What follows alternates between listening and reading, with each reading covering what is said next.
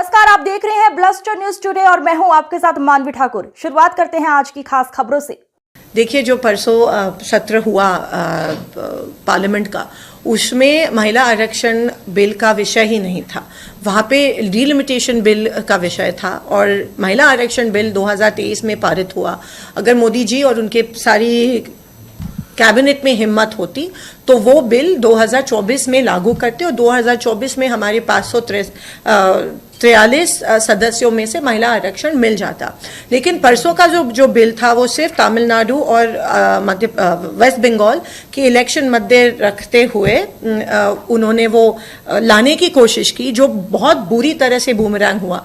क्योंकि पहले दिन जब डिबेट शुरू हो गए, जब हमारे नेता प्रतिपक्ष राहुल गांधी जी, चाहे प्रियंका गांधी जी हो, चाहे खड़गे जी हो, बहुत बार उनको लेटर लिखा कि आप ये सत्र अभी मत बुलाइए। एक तो violation of code of conduct है, क्योंकि आप बीच इलेक्शन में ये बोल रहे हैं, ये ला रहे हैं। 3-4 बार पत्र लिखा और कहा कि ऐसा मत कीजिए, थोड़ा रुक जाइए।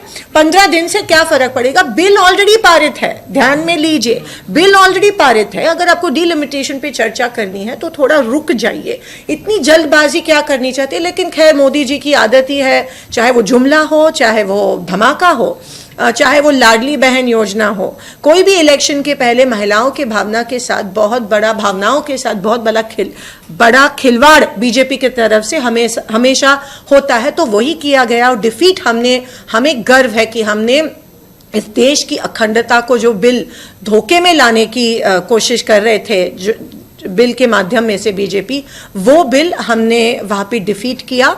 अगर ये महिला आरक्षण के बारे में सीरियस होते, गंभीर होते, तो 23 में पारित होके 24 में लागू होता। हम आज भी उनको चैलेंज कर रहे हैं कि 2029 में आप महिला आरक्षण लागू करो। लेकिन इनका षड्यंत्र ये है कि 50% बढ़ा के जो एडिशनल सीट्स है उनमें महिलाओं को आरक्षण देना चाह रहे हैं, और ताकि उनकी जो बाहुबली हो, उनके जो गुंडा हो, उनके जो एमपीज हो, वो उनकी सीटें जो है वो सुरक्षित रहे, और महिलाओं को एडिशनल सीट्स देने की उनकी साजिश थी। 50% का जो उल्लेख है वो बिल में कहीं नहीं था। तो ये सब रैंडमली किया गया। उनका जो मोदी शाह का जो हमेशा षड्यंत्र, इस टाइम वो हडल में चले गए। हमने देखा कि पहली बार मोदी जी ने, जो कभी पार्लियामेंट में बैठते नहीं है, वो पहले दिन भी बात किए, उन्होंने इंटरवीन किया। और क्योंकि हमारा नैरेटिव जो है ऑपोजिशन का, वो धीरे धीरे सेट होने लगा। आज आप सोशल मीडिया भी देख रहे हैं, इन्फ्लुएंसर्स देख रहे हैं कि मोदी जी का जो मुखौटा है झूठा, वो पूरा एक्सपोज हो गया है कि उन्होंने महिलाओं के साथ खिलवाड़ की है। महिला आरक्षण और डिलिमिटेशन का कोई संबंध नहीं है।